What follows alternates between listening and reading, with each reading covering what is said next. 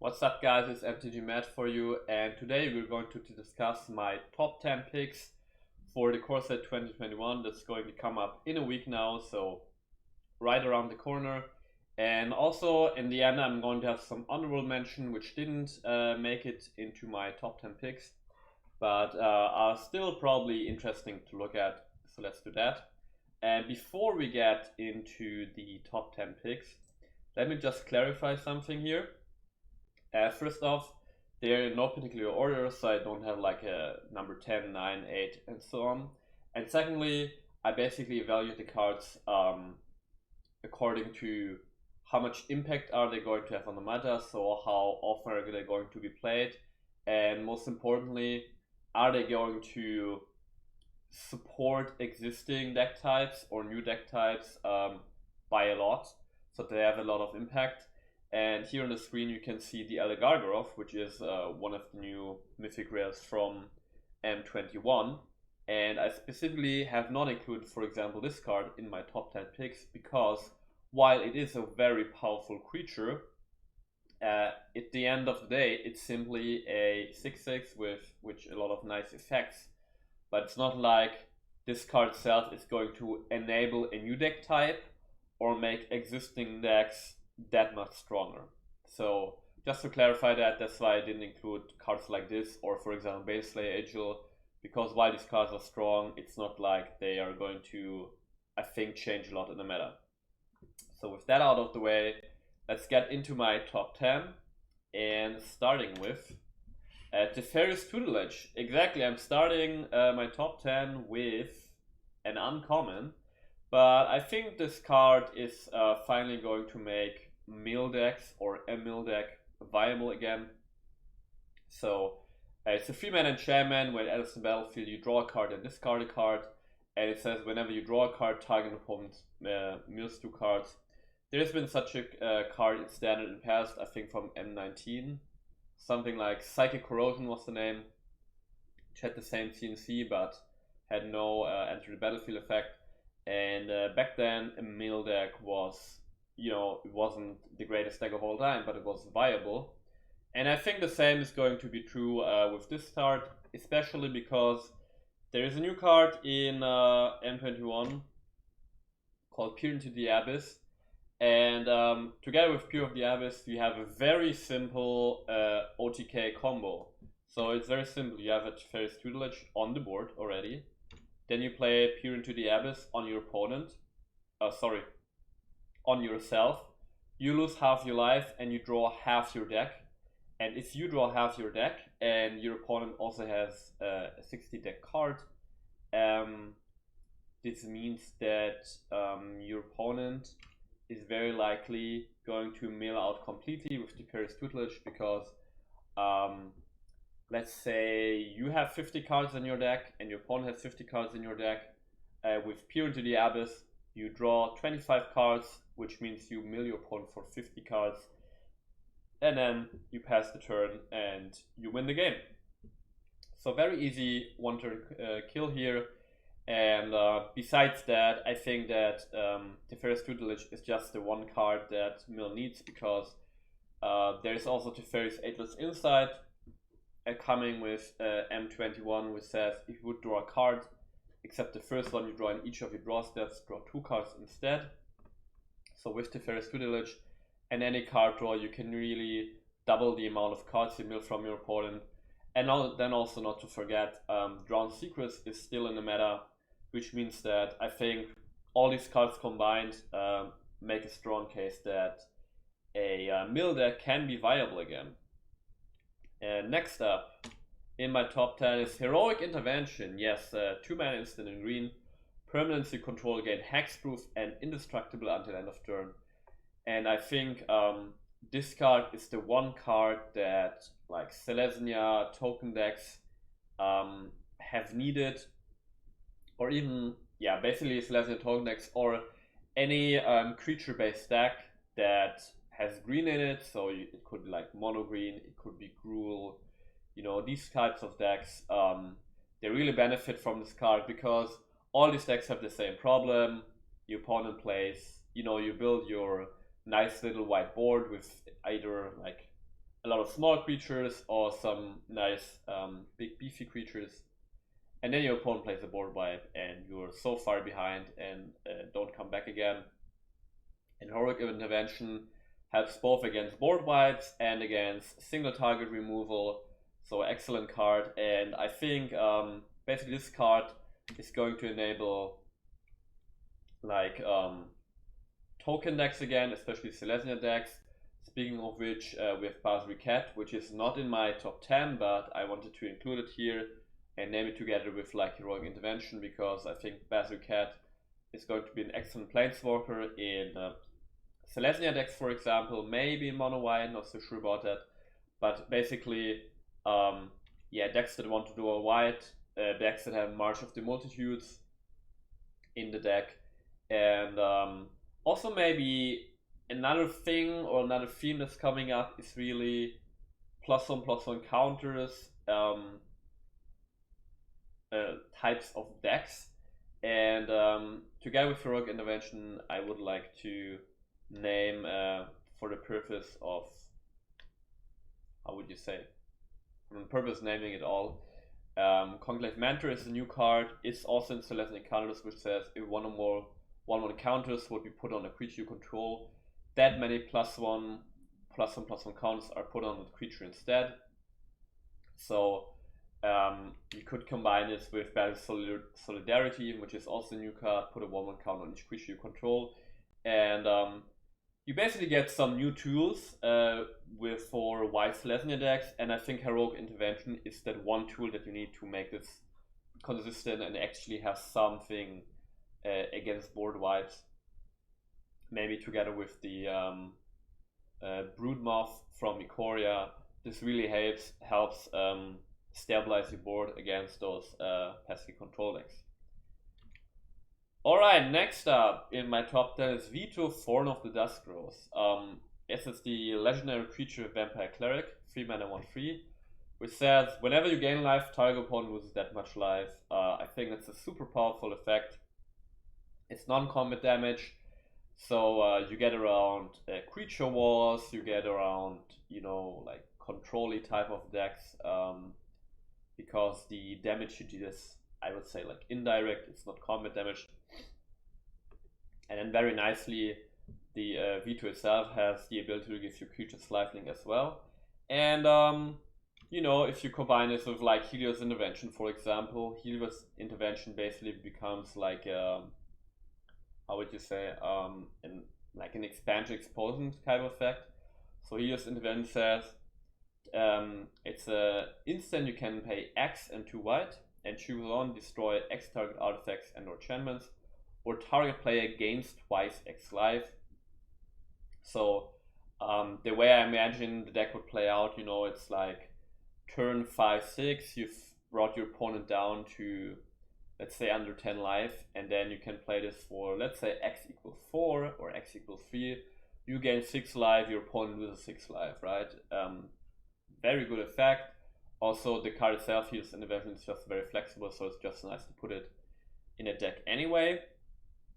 So that's pretty cool. And then alongside with Vito, we have a lot of support for its life gain type of archetype. So mentioning Indulgent Patrician, which is a 3 mana 1/4 with flying and lifelink, which says at the beginning of your end step, if you gain 3 or more life this turn, each opponent loses 3 life. And you know, 3 life is a lot of damage. Then we have the Silver Smote Ghoul, which is a 3 mana 3/1, and whenever you have gained 3 or more life each turn, at the beginning of your end step, you can return from your graveyard to the battlefield, and you can sacrifice to draw a card. And we have also this Griffin Air, which gives you 2/2 tokens when you've gained 3 more life. It's always about like gaining 3 or more life. And then also, of course, you got the Speaker of the Heavens, which rewards you for having more more life than your starting life total. And if you reach you know, standard 27 life or more, you can make 3 4/4 entry creature tokens with this. So all in all, I think Vito is the card that's going to have the most impact.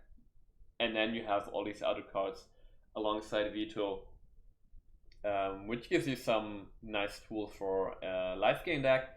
That is a different approach than usual, because usually live game decks would, you know, revolve around a Giannis Bridemaid, putting a lot of 1/1 counters on those cards, and I think those decks always struggle with the fact that you could have like a 2020 Ajani, but it didn't have trample, so sometimes it didn't really matter. So this gives you new options, and I think Life Gain is going to be a cool deck. Next on my top 10 is Garruk Unleashed, one of the new Planeswalkers in green. And I think with this Planeswalker, green basically now has reached a critical mass of Planeswalkers that put powerful token creatures on the board. And so Garruk can put creature tokens on the board, and also the +1 is very impactful. You know, giving a creature just +3/+3 trample really helps you break you through, and I could imagine that maybe like a green Stompy deck could be viable, maybe with some nice ramp in there. And then, you know, I think there's really critical mass. Like, you have Garruk now, we have Nissa making 3/3s, we have Vivian Monster's Advocate making 3/3s. There's just a lot of options you have now for really constantly pressuring your opponent in green decks.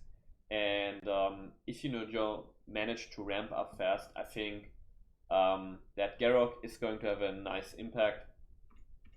Most importantly, I think because of the +1, because like the turn comes down, the impact is very high, and then you know, it's very flexible. You can make beast tokens, and if you get to the ultimate, the emblem is also very powerful. Lets you tutor up any creature card from your library and put it onto the battlefield. So Garruk I really like, and together with Nissa and Vivian could make a nice, you know, powerful green token deck. You throw in your Heroic Intervention in those decks, of course, as well, and yeah, I'm really excited to try that out, and I think Garruk is going to be very impactful. Next up, we got Zubira Tulzidi Caravaneer. Yeah, this card basically is a nice include in the already existing red aggro decks. First up, it's got haste, so it can attack immediately, can have an immediate impact on the board. And then you put this in your Cavalcade of Calamity deck, where you have a lot of small creatures which basically all have power 1. And you can all make them unblockable this way, protecting them. And then if you run out of cards, you discard your hand. If you run out of cards, or let's say you have one mountain in your hand, you discard your mountain and make your little small creatures unblockable, and then you maybe redraw 2 to 3 cards. So a very nice addition to red aggro decks, just a very cool include. And I think an even more powerful addition to red aggro decks is going to be the next card in my top 10, which is Shanda's Incinerator. Simply, you build a red aggro deck with Cavalcade of Calamity, and then you put in your Scorch Spitters in there, and this card says this spell costs X less to cast, where X is the total amount of non-common damage dealt to your opponents this turn. So imagine you play your turn 1 Scorch Spitter, on turn 2 you play your Cavalcade of Calamity, and then let's say on turn 3, if you attack with the Scorch Spitter, you deal 2 non-combat damage, so you actually can't quite cast the Shanda's Incinerator yet. But you get the idea, right? It's super easy with the Cavalcade to bring this Incinerator down to like 4 3 mana, if it's late in the game, even like 2 mana, and then you get a 2 mana 6/6 with Trample in a red aggro deck, which usually doesn't have big creatures. And then you even have the passive effect, if you got burn spells, you can burn your opponent's face while simultaneously removing your opponent's creature. So I think this card is going to be heavily played in red aggro decks with Cavalcade of Calamity, or just with a lot of burn actually. So watch out for this one, I think it's going to be very impactful. Yeah, as I said, Cavalcade of Calamity. Next up, Teferi Master of Time. Don't think I probably need to say a lot about this card. You basically put it just in any control deck that has blue in it, and basically every control deck has blue. And then you know, you get to go through your deck fast because you loot every turn, even on your opponent's turn with the +1 ability. You get to really filter your cards out. If you're really desperate, you can you know, phase out a creature of your opponent so it can't attack you or your Teferi Planeswalker. And the whole card selection thing really gives you a lot of options. And then I think in a control deck, since you're controlling the board, you might have counter spells and so on. I don't think it's even unrealistic to get to the ultimate, because remember, Teferi basically gains loyalty twice as fast as other Planeswalkers, because you can activate loyalty ability on your opponent's turn also. And then you might stand and take 2 extra turns, which is just game winning. So I don't have any specific recommendation in which specific deck to put this, except you have Luna deck, you kind of control-y put Teferi into your deck. So I think Teferi is going to be pretty impactful. Next up in my top 10 is Terror of the Peaks. Yeah, it's 5 mana, 5/4 flying dragon, which basically turns your creature's power into an enter the battlefield, deal damage to any target effect, which is super powerful. I could imagine this in token decks even. You know, you make a lot of creatures to deal a lot of damage, or you play this in like big creature decks, maybe like a big Gruul kind of deck. But actually with this card, as long as you play a creature deck which has red in it, it doesn't matter what kind of creature enters the battlefield under your control, the extra value is always going to be amazing, right? I know you play your 1 power creature, deals 1 damage to any target. It can be opponent's face, planeswalker, creature.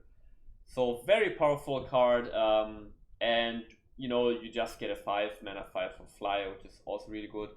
If your opponent wants to single target remove this, he takes damage. It's a super powerful card, I think, rightfully so. Earns a spot in my top 10. And next up is Fire Emancipation, which I've got to say that I think this card is going to be very impactful, but I can understand if people say this is debatable. So it's a 6 mana gem which triples any damage from any source on your side.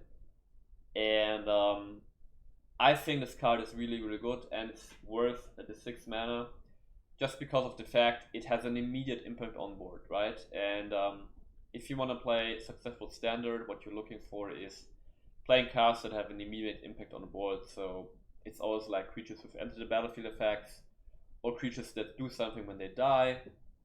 It's instant removal, it's board wipes, it's planeswalkers, and so on, right? You're always looking for stuff that's doing things immediately. And your Fire Emancipation, as long as you have anything, like any creature on the board that can attack this turn, it has an immediate impact, so it basically checks that box for standard. And if this stays on the board, it just gets ridiculous. Like any damage effect becomes ridiculous. Imagine you have your Chandra, which gives your opponent the damage emblem. With Fire Emancipation on the board, your Chandra emblem deals 1 Chandra emblem deals 3 damage every turn to your opponent. So I think it's an extremely powerful card. It's going to be very impactful. Watch out for this one. And yes, then the last card on my top 10 list is Eugene or Eugen or whatever, the Spirit Dragon. Super powerful reprint, obviously. Can remove, can deal 3 damage to any target. The turn comes down, it can basically exile the whole board, because most of the time everything on the whole board is colored. And then if you get to -10, it's just game over. And this is the same a bit like with Teferi. Put this in every control deck. Really, you have a control deck, put this in there. Sure, it costs 8 mana, but eventually you're going to get there. Maybe put like 2 of these into your deck, and with enough Kato, you get your Eugen as soon as you can afford it, and it's just ridiculously powerful. Yeah, nothing more needs to be said about Eugen. It's going to be very impactful, obviously. So this so far my top 10 picks for the Coreset 2021. And now I want to move on to honorable mentions, so cards which I still think are going to be very interesting and you should look out for. And but I don't think they just fit into a top 10. Okay, so first up in my honorable mention is Garruk's Uprising. It's a 3-mana enchantment in green, which I think like green Stormby decks or Gru Stormby decks have really waited for a card like this. So first off, if you control a creature power 4 greater and this enters the battlefield, you draw a card. So it's not 3 mana, do nothing, which is awesome. It can cycle itself. And then this creature has a control of trample, and green actually has quite a lot of creatures which can give you creatures trample.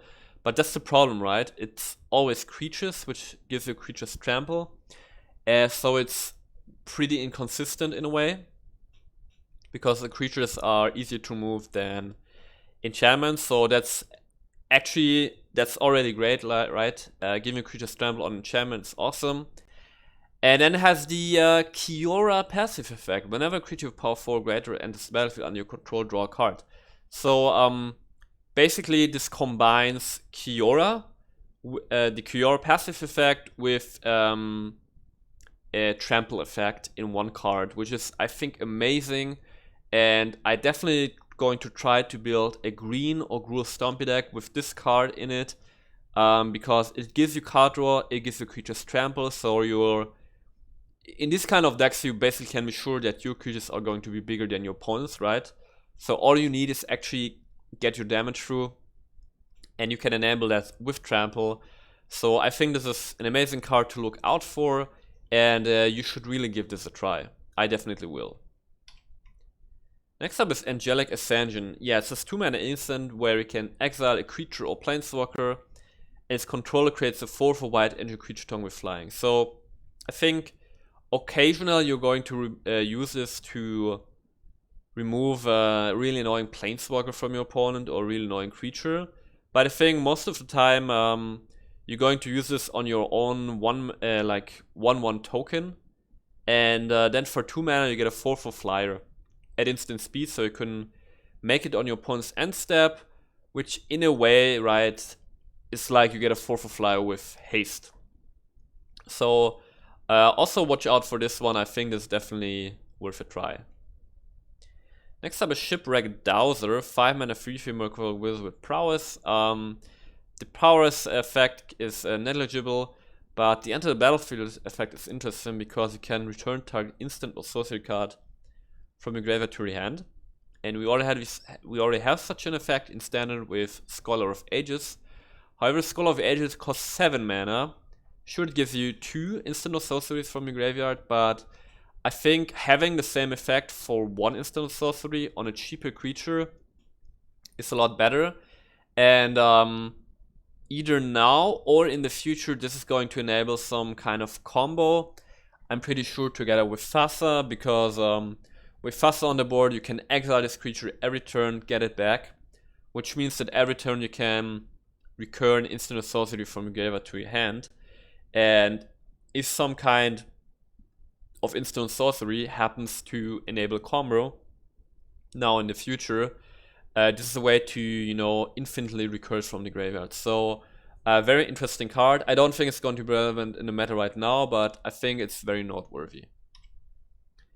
Next up is Ranger's Guile. 1 mana instant in green. It's a common, yes, which I think is cool. I always like it when commons or uncommons make interesting cards, right? Which says target creature you control gets +1/+1 and gets hexproof until end of turn. And I think this card a bit falls in the same category as a Heroic Intervention, in a way that if you play a creature heavy deck which plays around playing big creatures, you always have this problem where single target removal just ruins your day. You invested like 7 mana, you know, in like a big creature, and then your opponent spends 2 mana to remove the creature, which is always bad and annoying. And just having an instant speed effect for 1 mana that gives this your creature hexproof is amazing. Protects your creatures to really just get them in for the last bash to kill your opponent. The +1/+1 is a nice bonus, but nothing more. But I think this is definitely a card that you should be aware of in your toolbox. Next up is Rada, Heart of Keld. 3 mana 3/3, which lets you play lands from top of your library, and then you can pump her up, which is nice. But I think in creature heavy decks, which Gruul is the creature heavy mana combination, this effect is really nice because it lets you basically draw cards and, you know, remove the land cards from the top of your deck. And imagine you combine this with the latest Vivian, then you can basically play all cards from the top of your deck, because Vivian enables you to play creature cards from the top of your deck, and Rada would enable you to play land cards. Combine this, build the deck in the right way, can draw you a ton of cards, right? So I think because of that, definitely watch out for this. And then, you know, occasionally she can just pump herself up for at least +6/+6, which is awesome. And yes, Feline Sovereign. So as you know, there's like a dog cat tribal theme in M21, and I think if there's going to be a good cat tribal deck, and I specifically say cat tribal deck because I'm not so sure if there is enough support for dog tribal, but if there is enough cat, if there's going to be a nice cat tribal deck, it's going to be because of this card. Because first off, sure, your other cats get +1/+1 is nice. I think the protection from dogs is not that relevant. But the second part is very relevant. Whenever you cast the common damage to your opponent, you may destroy target artifact or enchantment, which is a super powerful passive effect. You don't need to spend extra mana, you have your cats on the board anyway. So I think for cat tribal deck, this is definitely a must include and a really powerful card. And speaking of the dog and cat tribal decks, I think when I planned on doing this video, I felt like I have to talk about this card. It's really necessary inseparable, so it's like dog commander, dog cat commander, right? And I don't think that the dog cat tribal decks are going to be good. I don't think they're going to be standard meta defining. I'm going to try them, obviously. But Rinsary is still pretty powerful because it gives you a lot of tokens for free. Then the activate ability is interesting. I think the damage part is especially interesting. And maybe you play like cat tribal deck where you put in Rinsary, which means that if you play your cats, you only create dog tokens, which gives you the damage part of the activate ability, which I think is the nice part. So I think I should mention this one. You should try it out. I'm definitely going to try it out, but all in all, I doubt that dog and cat trial decks are going to be really good in the meta. And then Solemn Simulacrum, yeah. Well, as to say, it's not a crazy card, but it just has a lot of value on it, so it can fit in a lot of decks, any type of deck, control decks, and so on. Just a lot of value. Can go in any colored decks, so watch out for this one. And then I think, is it the last one? No. Yes, it's actually the last card here. It's Gadrak the Crown Scourge. I think this card goes right into the Corvold decks, which are not as popular, I think, as they used to be, but I think it's still a powerful deck. And this card fits right in there. You get a 3 mana 5/4 flyer, which is awesome. It can attack unless you control 4 more artifacts, but it can at least block, right? So it has an impact on the board. And in the Corvold decks revolve around the food tokens, right? So food tokens are artifacts, so it can be likely that you get to these 4 artifacts. But more importantly, in the Corvold decks, you have your Witch's Cauldron, Cauldron Familiar combo. And this card says, at the beginning of your end step, create a treasure token for each non-token creature that died this turn. So if you on your turn, sacrifice your Cauldron Familiar to the Witch's Cauldron. Is it? No, sorry, to the Witch's Oven. Witch's Cauldron is actually a new card. To the Witch's Oven, at the beginning of your answer, you get a free treasure token, which means it ramps you. And then it gets really crazy if you know sacrifice more creatures during your turn, or you get simply even more witches arms on the board. Then this can give you really a lot of mana. Even if you don't use the mana, it gives you more stuff to sacrifice to feed your Mayhem Devil. So I think this is an excellent addition to core decks, and yeah, watch out for this one. And with that being said, this is my top 10 and honorable mentions for C21. We've only got like 4 days left, so I'm very excited, and I see you guys soon.